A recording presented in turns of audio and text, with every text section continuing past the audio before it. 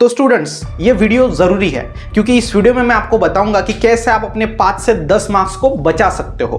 और आपका पहला ही पेपर अभी इंग्लिश का होने वाला है। आगे भी जो पेपर्स है उसमें ये गलतियां होती है, लेकिन हाँ, मैं 200% गारंटी देके बोल सकता हूँ कि इंग्लिश के पेपर में ज़रूर ये गलती होगी। गलती कौन सी होती है पहले वो समझाता हूँ, बाद में उसको कैसे अवॉइड करना है, क्या सारी चीज़ें करनी है, सब कुछ डिटेल में देखने वाले हैं आज के इस वीडियो में।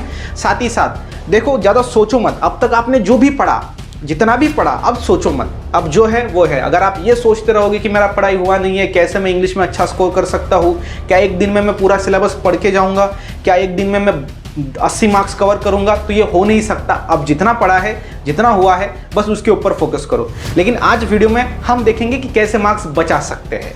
तो सबसे पहले जो गलती है वो ये है कि जब आप इंग्लिश का पेपर देने जाओगे, पहला पेपर आपका इंग्लिश का होगा, इसके पहले आपका पेपर हुआ ही नहीं है, तो थ्योरी का पहला पेपर टाइम लिमिटेड होगा, तो आप क्या करते हो, जैसे आपके पास आंसर शीट आता है तो आप उसके ऊपर लाइंस लगाना। पहली गलती, लाइंस स्टूडेंट क्या करते हैं, लगाते ही नहीं। कब लगाते हैं? देखो, जो आपका आंसर शीट है वो आपको एग्जाम पेपर के 15 मिनट पहले मिलता है, 10 मिनट पहले मिलता है, तो उसमें पहले से ही आपको लाइंस लगाने हैं, ठीक है, रखने हैं पहले से ही। अगर आपने वो नहीं किया तो बाद में क्या होगा, जब आपका लिखने का समय होगा उसमें आप वो लाइंस निकालोगे, मतलब आप 5 से 10 मिनट पीछे आ जाओगे। ठीक है, समझ में आ रही है? यस। तो पहली गलती वो होती है, उसको आपको अवॉइड कर देना है, सबसे पहले ही शुरुआत में वो चीज़ें कर लेनी है। दूसरी मिस्टेक जो स्टूडेंट्स करते हैं कि जब वो पेपर को देखते हैं तो पेपर जैसे देखा, पहला ही पेपर है, टाइम मैनेजमेंट समझता नहीं है, तो हम पूरा पेपर पढ़ने लगते हैं, कौन सी चीज़ें आ रही है, कौन सी नहीं आ रही है। तो पेपर जैसे मिलता है उसके बाद 10 से 15 मिनट हम उसके अंदर ही वेस्ट कर देते हैं। पेपर में क्या आया है, क्या हमको नहीं आता, क्या नहीं आता। उसमें अब देखो, ये पैराग्राफ बेस्ड क्वेश्चंस होते हैं, तो हम पैराग्राफ्स भी पढ़ लेते हैं पहले, मतलब ऐसे ही पढ़ लेते हैं कि कैसे पैराग्राफ से क्या है, और उसके बाद में जब आप आंसर लिखने जाते हो तो फिर से दोबारा पढ़ना पड़ता है।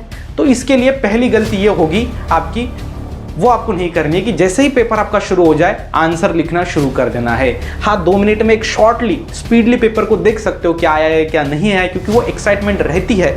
लेकिन बाद में 2 मिनट से ज़्यादा आपको समय देना ही नहीं है। 3-4 मिनट में बस पेपर को आसानी से देख लेना है क्या सारी चीज़ें हैं और शुरू कर देना है। ये दूसरी चीज़ है। तो आंसर लिखना जल्दी ही शुरू करो, उसको पढ़ के मत बैठो 10-15 मिनट, आगे पीछे इधर उधर मत देखो, शुरू कर दो। तो ये दूसरी गलती आपकी होगी, क्योंकि लास्ट में फिर आपको समझेगा कि और मैं कुछ चीज़ें लिख सकता था लेकिन मैंने लिखा ही नहीं। क्यों? क्योंकि मैंने शुरुआत में ही स्टार्टिंग बहुत वीक की, स्टार्टिंग बहुत मैंने स्लो की। यही मिस्टेक होती है दूसरी।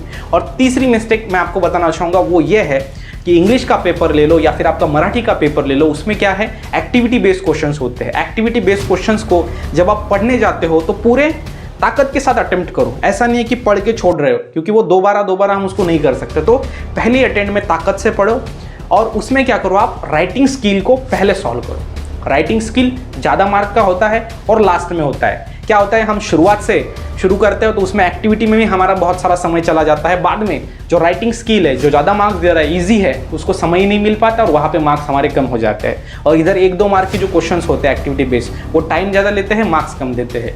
तो आपको क्या करना है, सेक्शन डी से शुरुआत करनी है। हाँ, आप शुरुआत कर सकते हो, सेक्शन डी लिखो, वो क्वेश्चन शुरू कर दो।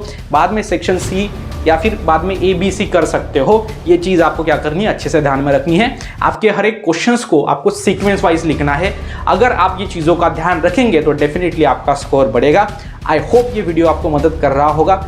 जैसे ही आपका बोर्ड का भी यहाँ पे पेपर हो जाएगा, निर्भय बैच को ज्वाइन कर लीजिए। वहाँ में हम MST CET का परसेंटाइल बढ़ा के देंगे, हम स्कोर करेंगे, क्योंकि क्लास 12 का परसेंटेज कम आ जाएगा तो भी चलेगा, कोई प्रॉब्लम नहीं है, लेकिन CET में 100% स्कोर करेंगे। इसी के साथ ही साथ मिलते हैं नेक्स्ट वीडियो में। तब तक के लिए स्टे हैप्पी, स्टे मोटिवेट।